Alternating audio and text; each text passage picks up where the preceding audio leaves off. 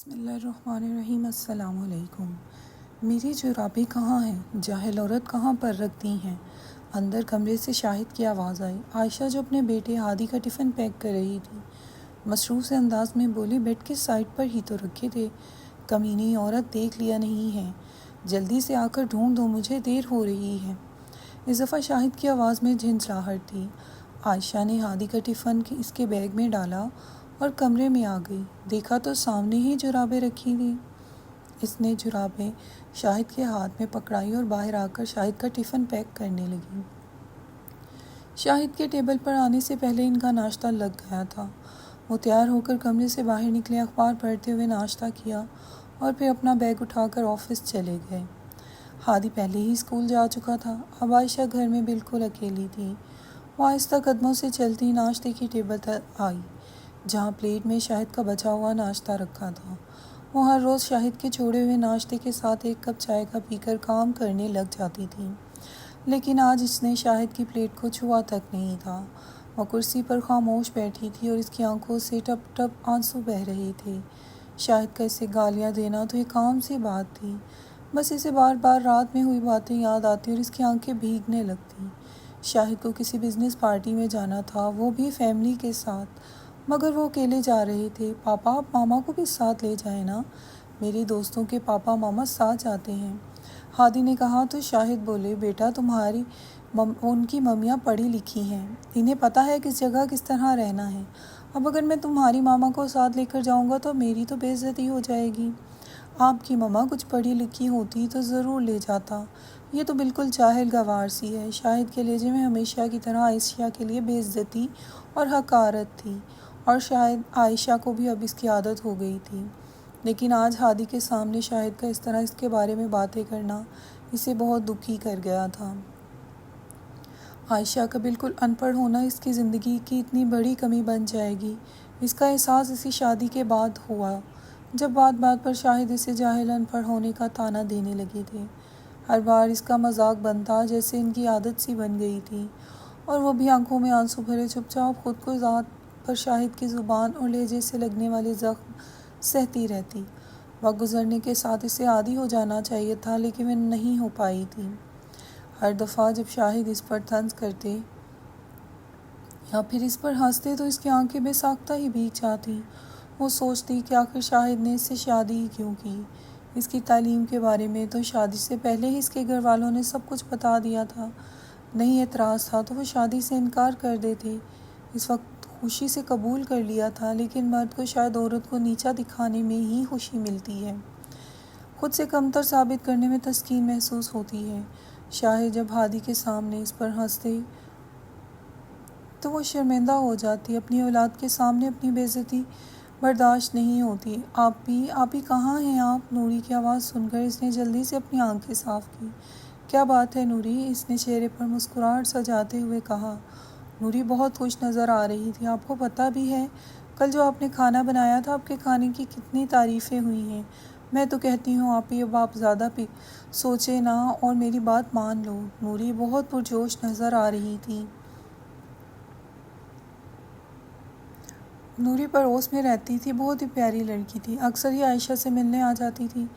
جلد ہی دونوں میں اچھی دوستی ہو گئی تھی۔ اس کے ساتھ عائشہ کا بھی اچھا وقت گزر رہا تھا۔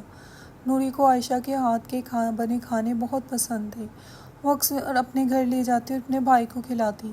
نوری کا بھائی نوری کو ہر بار یہی کہتا کہ نوری، آپ اسے کہو ٹفن سروس کے لیے مان جائے، بس وہ کھانا بنائے، آگے کا کام میرے۔ نوری بھی ہر بار عائشہ کو اپنا ٹفن سروس شروع کرنے کا کہتی، لیکن عائشہ ہر بار اس کی بات پر صرف مسکرا کر رہ جاتی۔ وہ جانتی تھی کہ شاید اسے ایسے کسی کام کی ہرگز اجازت نہیں دیں گے، اور اس کی خود بھی ہمت نہیں ہوتی تھی کہ وہ ایسا کچھ کر پائے گی، لیکن کل نوری اس کے ہاتھ کے بنے کئی کھانوں کے ٹفنوں میں لے کر گئی تھی۔ اس نے اپنے بھائی کو وہ کھانا اپنے آفس کے لوگوں کو کھلانے کو کہا۔ اس کے علاوہ ان کے علاقے کے باہر کچھ کارخانہ میں کام کرنے والے لوگ تھے، ان کو بھی وہ کھانا کھلایا۔ سب کو کھانا بے حد پسند آیا۔ ان سب کا کہنا تھا اگر انہیں ایسا کھانا روز ملے تو وہ ضرور کھائیں گے۔ سب کچھ امید کے مطابق تھا، بس نوری کو عائشہ کو اس کے ٹفن سروس کے لیے راضی کرنا تھا۔ مجھ سے یہ سب نہیں ہو پائے گا نوری، اور پھر شاہد کو بھی پسند نہیں آئے گا۔ عائشہ ہچکچاتے ہوئے کہہ رہی تھی، سب ہو جائے گا آپی، میں ہوں نا آپ کے ساتھ، اور شاہد بھائی کا کہاں کچھ پتہ چلے گا، وہ صبح کے گئے شام کو گھر آتے ہیں، تب تک تو ہمارا سارا کام ہو جائے گا۔ لیکن میں یہ سب کیسے کر پاؤں گی؟ عائشہ اب بھی ہمت نہیں کر پا رہی تھی۔ آپ کو پریشان ہونے کی ضرورت نہیں ہے، آپ کو صرف کھانا پکانا ہے، باقی سب کچھ میں سنبھال لوں گی۔ آپ ہی تھوڑی ہمت تو کر دیکھیں، آپ سارا دن گھر میں اکیلی بور ہوتی رہتی ہیں، اس طرح آپ کا وقت بھی گزر جائے گا، اور دیکھنا آپ کو اس کا کتنا فائدہ ہوگا، آپ اپنی محنت سے پیسے کمائیں گی۔ جو وقت آپ کا یوں ہی بیکار گزر جاتا ہے، اس میں یہ کام کچھ برا نہیں بلکہ بہت اچھا ہے۔ اور اس طرح نوری نے عائشہ سے 2-3 طرح کی سبزیاں، دال، روٹیاں بنوائیں، پھر انہیں 4-5 ٹفن میں پیک کیا اور اپنے ساتھ لے گئی اور اپنے بھائی کو دے دیے۔ نوری کا بھائی ایک فیکٹری میں کام کرتا تھا، اور فیکٹری میں زیادہ لوگ دور دراز کے تھے جو روزانہ گھر نہیں جا سکتے تھے، اور انہیں وہیں رہنا پڑتا تھا، اور وہ ہوٹل سے کھانا کھاتے تھے، اور ہوٹل کا کھانا کچھ خاص نہیں ہوتا تھا، جبکہ عائشہ کا گھر کا کھانا انہیں بہت پسند تھا، اور انہی ہوٹل والے پیسوں میں انہیں گھر کا کھانا میسر ہو جاتا تھا۔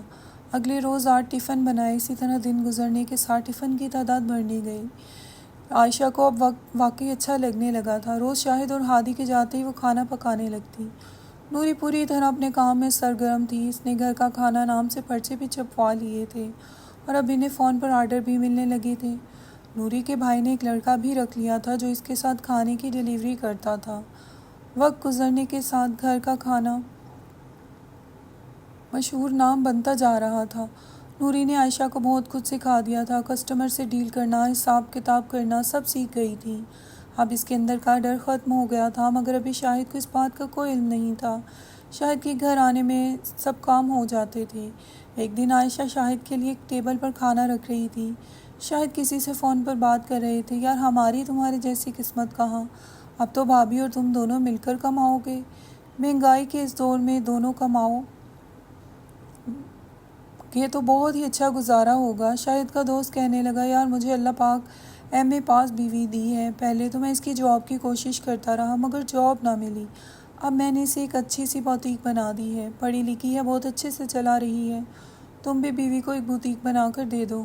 ارے اسے کہاں کچھ آتا ہے، بالکل جاہل ہے اور نہ کوئی ہنر ہے، بس گھر ہی سنبھال سکتی ہے وہ، یہ کام وام اس کے بس کی بات نہیں۔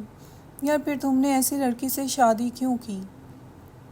تم خود تو پڑھے لکھے ہو، کسی پڑھی لکھی لڑکی سے شادی کرنی تھی۔ یار بس اس وقت حالات کچھ ایسے تھے، امی بہت پیار تھی، ان کے آخری دن چل رہے تھے، ان کو یہی پسند آ گئی تھی، وہ خود تو اس دنیا سے چلی گئی مگر مجھے ایک جاہل عورت کے پلے باندھ گئی۔ عائشہ خاموشی سے اپنا کام کرتے ہوئے سب سن رہی تھی اور چپکے سے رو بھی رہی تھی۔ شاہد نے فون بند کر دیا۔ عمران تھا، اس کی بیوی نے اپنا بوتیک کھولا ہے، وہی بتا رہا تھا، اب ہنر ہو تو بندہ کیوں کچھ بھی کر لیتا ہے۔ عائشہ کی طرف دیکھ کر کہنے لگا، کاش تمہارے باپ نے بھی تمہیں کوئی ہنر ہی سکھا دیا ہوتا۔ اب دیکھو میرے آفس میں ہی سب لوگ ٹفن لانے کے بجائے ٹفن آرڈر کرتے ہیں، گھر کا کھانا نام سے کوئی عورت ٹفن سروس چلاتی ہے، سب بڑی تعریفیں کرتے ہیں اس کے کھانے کی۔ اب کھانا تو تم بھی اچھا بنا لیتی ہو، لیکن تم کر سکتی ہو یہ سب؟ نہیں نا، وہ عورتیں الگ ہوتی ہیں۔ شاہد کھانا کھاتے ہوئے بولتے جا رہے تھے، اور وہ بھی ہمیشہ کی طرح ان کی باتیں سن رہی تھی، لیکن آج اسے کوئی دکھ نہیں تھا، بلکہ وہ خوش تھی، انجانے میں ہی صحیح۔ شاہد نے اس کی تعریف کی تھی، اس کی مثال دی تھی، اس نے اپنے آپ کو منوا ہی لیا۔ اس خیال کے آتے ہی اس کی آنکھوں میں ایک بار پھر آنسو آ گئے، لیکن اس بار یہ خوشی کے آنسو تھے۔ شاہد نے اس کی آنکھوں میں آنسو دیکھا تو سمجھا کہ ہمیشہ کی طرح یہ پھر رونے لگی۔ تم جیسی جاہل عورتوں سے کچھ کہنا بھی بیکار ہے، کچھ بھی کہو تو رونے لگ جاتی ہو۔ اس کے علاوہ کچھ نہیں آتا۔ وہ باتیں سناتے ہوئے گھر سے باہر چلے گئے۔ دن گزرتے گئے، اب عائشہ کا کام بہت اچھا چل رہا تھا۔ اس نے اب 3-4 عورتوں کو بھی کام پر رکھ لیا تھا۔ سب کچھ بہت اچھا چل رہا تھا، لیکن کچھ روز سے وہ محسوس کر رہی تھی کہ شاہد کچھ پریشان ہے۔ وہ چپ سے رہنے لگے تھے۔ ایک دن عائشہ نے پوچھ ہی لیا، کیا بات ہے شاہد، کام کی کوئی پریشانی ہے کیا؟ جاہل عورت، کام کرو اپنا پہلے، تو شاہد نے اسے جھڑک دیا۔ پھر کچھ دیر بعد وہ لمبی سانس لے کر بولے، ہاں پریشانی تو ہے، میں نے بینک سے قرض لیا تھا، اپنے دوست کے ساتھ مل کر ایک بزنس شروع کیا تھا، لیکن اس میں بہت نقصان ہو گیا۔ بینک کا قرض ادا کرنے میں 15 دن رہ گئے ہیں۔ میں نے سب کوششیں کر لی لیکن کہیں سے پیسے نہیں ملے۔ سوچ رہا ہوں کہاں سے لاؤں اتنے پیسے۔ اگر قرضہ ادا نہیں کیا تو ہمیں گھر بیچنا پڑے گا۔ کیا کروں، کچھ سمجھ نہیں آ رہا۔ اس بار شاہد کی آواز بڑھا گئی۔ کتنے پیسے کی ضرورت ہے؟ عائشہ نے پوچھا۔ لاکھ، شاہد نے کہا۔ وہ اٹھی، الماری کھولی، اس میں سے پیسے نکالے اور شاہد کے پاس آ کر بولی، یہ 3 لاکھ روپے ہیں، لے جا کر قرضہ ادا کر دیں۔ شاہد اپنے سامنے رکھے نوٹوں کو دیکھ رہے تھے۔ یہ اتنے سارے پیسے تمہارے پاس کہاں سے آئے؟ انہوں نے حیرانی سے کہا۔ عائشہ نے جواب دیتے ہوئے کہا، میری محنت کی کمائی ہے۔ آپ نے کہا تھا نا کہ ہنر ہو تو بندہ کچھ بھی کر لیتا ہے، تو میں نے بھی اپنے ہنر کا استعمال کر لیا۔ مطلب تمہیں کون سا ہنر ہے؟ شاہد کو کچھ سمجھ نہیں آ رہا تھا۔ عائشہ نے شاہد کی طرف ایک پرچہ بڑھایا۔ شاہد نے دیکھا تو بولا، یہ تو گھر کا کھانا فن سروس کا پرچہ ہے۔ لیکن آخر میں لکھا نمبر پڑھ کر وہ چونک گیا۔ یہ تو تمہارا نمبر ہے، مطلب تم یہ ٹفن سروس چلا رہی ہو؟ عائشہ نے اس بات میں سر ہلایا۔ شاہد نے خوشی سے اس کے ہاتھ تھام لیے اور بولا، مجھے معاف کر دو عائشہ، میں ہمیشہ تمہیں طعنے دیتا رہا، نہ جانے کیا کیا کہہ دیا تمہیں، کیونکہ مجھے لگتا تھا کہ تم ایک کمزور عورت ہو جو مجھ پر صرف بوجھ بن سکتی ہے، میرا بوجھ بانٹ نہیں سکتی۔ لیکن آج میں سمجھ گیا ہوں کہ کوئی بھی عورت کمزور نہیں ہوتی، وہ اتنی مضبوط ہے کہ ضرورت آنے پر کچھ بھی کر سکتی ہے۔ لیکن عائشہ، تم نے مجھے پہلے کیوں نہیں بتایا؟ میں بس آپ سے ڈرتی تھی۔ شاہد شرمندہ ہوتے ہوئے بولے، عائشہ پلیز ایک بار معاف کر دو، میں اپنے کیے پر بہت شرمندہ ہوں۔ وعدہ کرتا ہوں اب بھی زندگی میں کبھی طعنے نہیں دوں گا۔ تم نے میرے لیے آج جو کیا ہے یہ میں کبھی نہیں بھولوں گا۔ اور یہی وہ پل تھا جب عائشہ طمانینت سے مسکرائی تھی۔ اس نے دنیا اور شاہد کی نظروں میں اپنی خاص پہچان بنا لی تھی۔ اس بات کو 5 سال گزر چکے ہیں۔ آج وہ دونوں عمرہ کر رہے ہیں اور ہاتھ اٹھا کر اللہ تعالیٰ کا شکر بھی ادا کر رہی ہیں۔ مزید اچھی ویڈیوز کے لیے میرے اس چینل کو سبسکرائب کیجیے۔